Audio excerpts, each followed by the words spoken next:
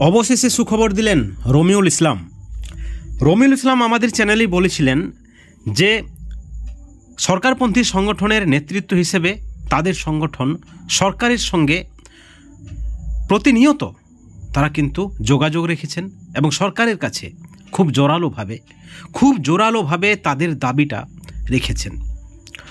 আপনারা যদি দেখেন দীর্ঘ কয়েক বছর ধরেই সরকারপন্থী সংগঠনের নেতৃত্বরা বারবার ছুটে গিয়েছে শিক্ষামন্ত্রীর কাছে, বিকাশ ভবনে, এবং মুখ্যমন্ত্রীর দপ্তরও তারা একাধিকবার দাবিপত্র দিয়ে এসছেন।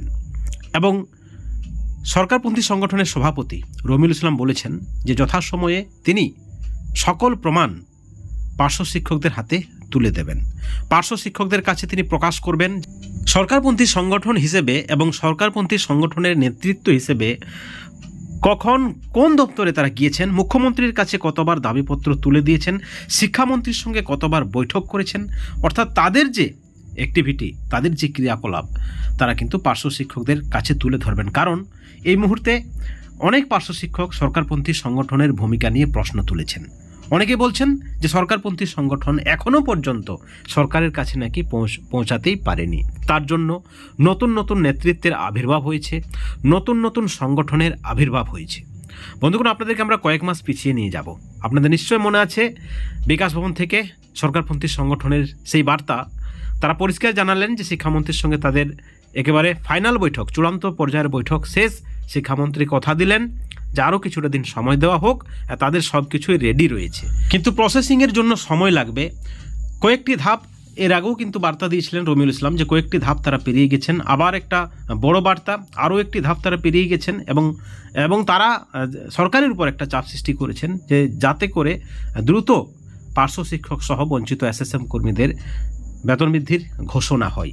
কারণ এই মুহূর্তে অধৈর্য রয়েছেন পার্শ্ব শিক্ষক সমাজ এবং সেই সঙ্গে গুটি কয়েক নেতৃত্বের আরও নতুন নেতৃত্বের আবির্ভাব হয়েছে, যারা বারবার আধিকারিকদের কাছ থেকে সম্ভাব্য তারিখ এবং একটা আনুমানিক খবর পেয়ে সেই খবরের লাইভ করছেন, যাতে করে পার্শ্ব শিক্ষক সমাজ বিভ্রান্ত হচ্ছে। আসলে রমিউল ইসলামের ইঙ্গিত বা অভিযোগের তীর সরাসরি পার্শ্ব শিক্ষক ওয়েলফেয়ার অর্গানাইজেশনের নেতৃত্ব আব্দুল সালামের উপর। কারণ আপনারা যদি দেখেন আব্দুল সালামের দুটি লাস্ট লাইভ যদি আপনারা দেখেন, তো প্রথম যে শেষ লাইভ সেখানে তিনি তার আগের লাইভের নিয়ে তিনি ক্ষমা চাইলেন যে আগের লাইভে যে বার্তা তিনি দিয়েছিলেন সেই বার্তাটা ভুল, সেই বার্তাটা আধিকারিকরা তাকে আনুমানিক দিয়েছিলেন। অর্থাৎ তিনি বললেন যে সব কিছু রেডি রয়েছে, মুখ্যমন্ত্রীর কাছে জিও নাকি পৌঁছে গেছে, মুখ্যমন্ত্রী যে কোনো সময় জিওর ঘোষণা করবেন। আগের লাইভে তিনি এই বার্তাটা দিয়েছিলেন, পার্শ্ব শিক্ষকদের বিষয়ে তিনি এই গল্পটা বা এই কথাটা তিনি শুনিয়েছিলেন। ঠিক তার পরের দিনে আবার লাইভ আসে ডক্টর আব্দুল সালাম এবং তিনি বলেন যে তিনি তার ঘনিষ্ঠ আব্দুল হালিমকে নিয়ে তিনি নবান্নে যাই এবং সেখানে বেশ কয়েকজন আধিকারিকের নাম করেন। আপনারা দেখেছিলেন, জানেন, ডক্টর আব্দুল সালাম, অতিরিক্ত সচিব সব্যসাচী সরকার এবং বালা স্যার এবং সেই সঙ্গে দেবযানী ম্যাডাম, দেবস্মিতা ম্যাডাম, একাধিক আধিকারিকদের তিনি নাম করেন এবং একই সঙ্গে তিনি বলেন যে নবান্নের আধিকারিকদের নাম নিয়ে তিনি আজকের যে আপডেট দিয়েছেন এই আপডেটের কোনো সন্দেহ নেই, এই আপডেট সকলকে বিশ্বাস করা উচিত, কারণ এই আপডেট তিনি নিজে দিচ্ছেন। এবং নবান্নের 12 তলায় নাকি ফাইল রয়েছে অতিরিক্ত সচিবের কাছে, সব্যসাচী সরকারের কাছে পার্শ্ব শিক্ষকদের বেতন বৃদ্ধির ফাইল, এবং সেই সঙ্গে আমাদের যে সংযোজন থাকছে সেই ফাইলে পার্শ্ব শিক্ষকদের জন্য 25,000 এবং 22,000 টাকার ভাতার প্রস্তাব রয়েছে। অর্থাৎ পার্শ্ব শিক্ষকদের ভাতা 22 বা 25 এই হতে চলেছে বা কিছু কম বেশি হতে পারে। সর্বশেষ আপডেট আমাদের কাছে এই মুহূর্তে নেই, কিন্তু ফাইল নিয়ে যদি গল্প হয় এবং সেই ফাইলের যদি গল্প হয় তাহলে 22-25।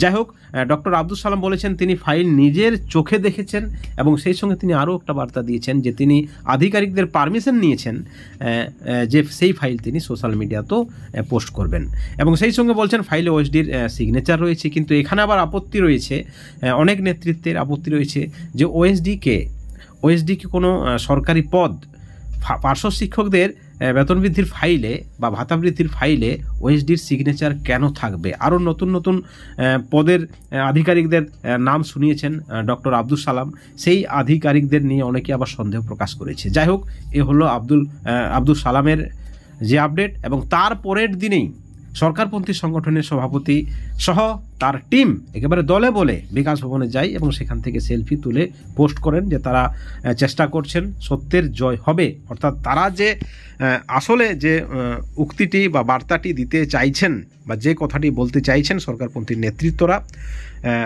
বিকাশ ভবনে তারা গিয়েছেন এবং তাদের যে চেষ্টা সেই চেষ্টা সফল হতে চলেছে। ফাইল রয়েছে বিকাশ ভবনে, সেই ফাইল তারা মুভমেন্ট করবেন। খুব শীঘ্রই সেই ফাইল নবান্নে যাবে এবং মুখ্যমন্ত্রী শিক্ষামন্ত্রীর নির্দেশ রয়েছে। আধিকারিকরা যে প্রসেস থাকে, যে ধাপ থাকে, সেই ধাপ দ্রুত সম্পন্ন করার চেষ্টা করছে। এই হচ্ছে সরকারপন্থী সংগঠনের বার্তা বা সরকারপন্থী সংগঠনের আপডেট।